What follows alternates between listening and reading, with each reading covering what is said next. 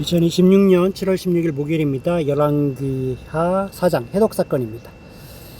자, 열왕기하 4장 38절에서 44절을 보면 엘리사의 이적 속에서 구약의 역사와 신약의 복음 그리고 인류의 기원에 이르기까지 성경 전체를 관통하는 수많은 인물과 사건들이 모형론적으로 녹아들어 있습니다. 흉년이 든 길갈에서 일어난 독이 든 국, 그 국을 해독하는 사건이 있었고 보리떡 20개로 100명을 먹인 사건이 있었지요.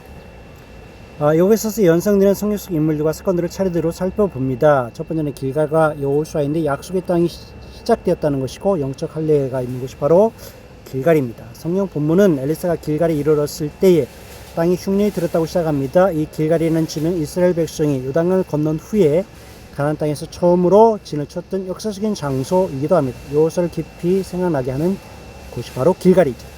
여호수아의 인도 아래 요단강을 건넌 이스라엘은 길갈에서 강바닥에서 가져온 12돌로 기념비를 세웠습니다. 광야 세대에게 할례를 베풀었지요. 애굽 수출을 굴려 보냈습니다. 그게 수치라는 거예요.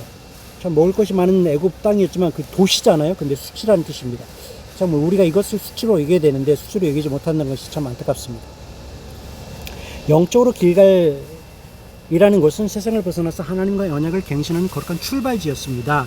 그러나 엘리사 시대의 길갈은 다른 곳이에요. 심각한 흉년과 영적 기근에 시달리고 있었던 곳을 가리킵니다. 이는 과거의 영광스러웠던 신앙의 출발지가 하나님의 법을 떠났을 때 얼마나 황폐해질 수 있는지를 보여줍니다. 길갈은 정말 첫 출발지 때문에 정말 풍년이라고도 볼 수 있죠. 충만함이라고도 볼 수 있고. 근데 엘리사 시대도 벌써 몇 년이 됐다고 흉년이 되었다라는 것입니다. 그 황폐한 자리에 여호수아와 같은 믿음의 지도자가 다시 서서 영적인 회복을 시작해야 한다는 것을 필요하다는 것을 알리는데 그것이 바로 그 뒤에 독을 해독하는 사건이라는 것이지요. 100명을 또 먹이는 사건이 바로 그것을 말합니다. 회복을 말을 합니다. 들호박을 알지 못하는 자와 아담, 하와 그리고 뱀 이렇게 제목을 잡아보자면 아담과 하와는 몰랐어요. 뱀도 몰랐어요. 무지와 영적 불순종을 가리키는 겁니다. 사원 중에서 한 사람이 몰랐다는 뜻이에요. 한 사람이 들여나가서 무엇인지 알지 못한 채 들호박을 따서 왔습니다. 왜 몰랐을까? 솥에 넣었습니다. 그 솥이 뭐야? 여러 사람이 먹는 것인데 이것은 오늘날 교회에서 지도자들한테 주는 경각심입니다. 솥 전체에 죽음의 독을 넣어서 그것을 먹이게 하면 안 됩니다. 많은 사람들이 죽습니다. 그런데 그 상태까지 되었다는 거예요. 엘리야 시대고 엘리사 시대인데 그 유명한 선지자 시대에 그렇게 흉년이 들었고 무엇인지 알지도 못하고 독이라는 것도 알지 못하고 다른 사람에게 주는 참으로 그런 시대가 되었습니다. 그들은 무엇인지 알지 못한지라. 이 구절은 에덴 동산에서 하나님의 말씀을 정확하게 알지 못하고 의심했던 아담과 하와를 가리킵니다. 그리고 그들을 미혹했던 뱀의 사건, 뱀도 몰랐다는 거예요. 아담과 하와는 선악을 알게 하는 나무의 실과에 대해서 먹지도 말고 만지지도 말라 너희가 죽을까 하노라 하셨다 라고 하면서 하나님이 준엄한 명령을 정확하게 인지하지 못하고 모호하게 타협을 했습니다. 이러한 영적 무지는 뱀의 유혹에 쉽게 흔들려 온 인류를 죄와 사망이라는 죽음의 독에 빠뜨리는 파멸적 결과를 낳았습니다. 그러니까 엘리사 이 사건은 창세기 1장, 2장, 3장 이 에덴 동산에서의 치명적인 사건이라는 것을 읽을 줄 알아야 됩니다. 예수님께서도 십자가에서 아버지 저들을 사하여 주옵소서 자기들이 하는 것을 알지 못함이니이다. 이것을 단지 저들이 저를 용서해달라는 뜻으로 알지 말고 에덴 동산에서 아담과 하와 뱀의 그 알지 못해서 타락하고 불순종하는 것을 둘째 아담인 예수님께서 심각하게 기도하는 모습입니다. 올바르고 정확히 알지 못하는 영적 무식은 죽음의 독을 동동 짚어트리는 치명적인 도구가 됩니다. 따라서 하나님의 백성은 말씀을 마음품 안에 새기고 입 안에 손목에 메어서 암송하며 철저하고 정확하게 말씀을 깨달아야 합니다.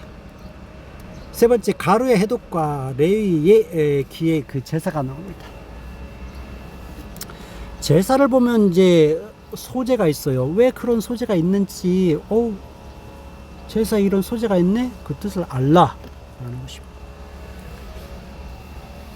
물론 이제 속죄제도 있고 그렇게 열매도 있습니다. 독이 든 솥에 엘리사가 가루를 던져 넣어서 독을 없앤 사건, 바알살레스에서 한 사람이 가져온 처음 만든 떡은 레위기의 제사제도와 연결이 됩니다. 레위기에서 고운 가루를 들이는 소재는 자신의 삶을 완전히 깨트려야지 소재는 깨트리는 겁니다. 깨트리지 않고 신앙생활 하는 사람이 아직도 있습니까? 저는 많이 깨졌습니다. 화상도 당했죠. 다리도 다쳤죠. 정말 많이 깨졌습니다. 소재는 자신의 삶을 완전히 깨뜨려 하나님께 헌신하고 순종하는 예배를 상징합니다. 또한 처음 수확한 곡식으로 만든 첫 열매. 첫 열매가 처음 열매라서 첫 열매가 아닙니다. 정말 의미를 깨닫고 드리는 것, 나중에 뭐 9번째 드려도 그게 첫 열매가 될 수 있습니다. 알고 드리는 첫 열매입니다. 장자의 첫 소산을 하나님께 드리는 법은 모든 수요가 하나님의 것임을 고백하는 가장 거룩한 예배의 행위였습니다. 엘리사가 던진 가루는 죄와 도구로 가득 찬 인간의 마음을 치유하고 속죄하는 예수 그리스도의 대속적 희생을 예표합니다. 가루를 던졌잖아요. 던졌습니다. 그곳에 들어가는 겁니다. 가루는 이미 가루로서 이미 다른 사람에게 좋은 영향을 끼칠 수 있는 상태를 합니다. 예수 그리스도 한 분밖에는 없어요, 사실. 예수 그리스도의 대속적인 희생, 정말 던질 수 있는 분은 예수님밖에 없어요. 누가 던지겠습니까? 어떤 분이 들어가겠어요? 저도 희생 못합니다. 저도 거칠다고 소문났어요. 말도 거칠고 험합니다. 하지만 중심은 명확합니다. 그래, 예수님밖에 없다. 이 거친 것 언제까지 갈아야 될지. 저는 갈렸다고 생각하는데 아직도 거칠어요. 곱게 갈려야 되는데 제 말이 거칩니다. 저는 잘게 씹혀야 되는데 잘게 갈려야 되는데 아직도 거칩니다. 고운 가루는 예수님밖에 없어요. 그 고운 가루를 던집니다. 고운 가루여야만 그 해독을 할 수 있습니다. 솥에 하늘로부터 내려온 생명의 첫 열매이자 소재 예물이신 예수님의 대속적 은혜가 던져질 때에 우리 영혼의 치명적인 죄의 독이 온전히 사라지는 겁니다. 생명의 양식으로 변화되는 겁니다. 속죄의 신비가 성취되는 겁니다. 다음 바알살리사인데 참 여기도 은혜를 많이 받았어요. 저는. 왜? 바알은 나쁜 곳이잖아요. 살리사는 세 번째라는 뜻이 있어요. 자, 거짓인 바알과 영적 전투. 성경은 처음 만든 떡을 가져온 사람의 출처를 바알살리사라고 밝히고 있습니다. 이 지명은 바알의 세 번째 땅입니다. 바알이 다스린 땅입니다. 그런데 그런 영적인 의미가 있는데 이곳에서 온 사람이, 물론 이제 바알은 선지자 850명을 상징하는 곳이고 엘리야가 갈멜산에서 영적 대전투를 벌였죠. 그것을 연상시키는 것이 바로 바알이라는 단어입니다. 근데 이제 갈멜산은 이제 케르멜인데, 케르멜 하나님의 포도원이라는 뜻이고 풍성한 밭이라는 뜻입니다. 이 풍성한 밭에서 뭘 가져오다. 갈멜산, 카르멜, 바알과 대결한 이곳에서 가져오는 그 떡은 엘리야가 승리하고 가져오는 떡입니다. 그러니까 바알살리사, 이 살리사가 세 번째인데 세 번째가 생명이에요. 그 생명을 갖고 오는 겁니다. 죽으면 못 가져와요. 죽으면 갈멜산 그 밑에 무슨 강이야. 그 강에서 다 죽습니다. 가지고 올 수 없어요. 이동을 할 수가 없어요. 가지고 올 수 있다는 것은 살아남았다는 겁니다. 갈멜산에서. 자, 바알살리사라는 우상이 땅에서 하나님의 선자를 섬기기 위해서 첫 이삭의 떡을 들고 왔습니다. 850명 바알 신 제사장들과 싸워서 이기고 가져오는 겁니다. 그 사실 자체가 바울의 흉년 속에서도 하나님의 풍성한 것을 공급하신다는 영적인 승리를 보여주는 겁니다. 엘리야가 갈멜산에서 하늘에 불을 내려서 참 하나님이 누구신지를 온천에 증명해 보였듯이 그의 후계자 엘리사 역시 바알 사성이 지배하는 축복한 땅에서 하나님의 초자연적인 능력과 돌보심을 선포하며 스승 엘리야의 선지자적 사명을 신실하게 이어가고 있습니다. 이것을 도와주는 사람이 바알살리사에서 오는 사람입니다. 엘리사와 함께 사역하는 것이죠. 다음에 뭐가 있습니까? 보리떡 20개네요.